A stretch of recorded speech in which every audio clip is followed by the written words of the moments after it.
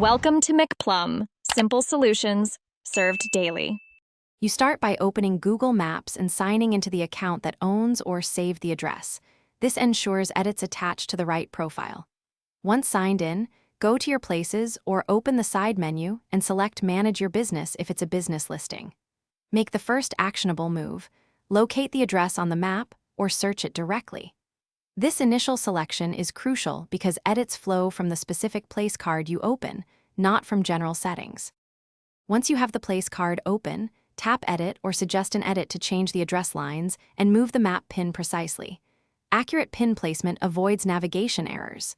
You should also add suite numbers, floor, or cross streets to improve discoverability. If this is a business, include updated hours and phone so Google trusts your change faster.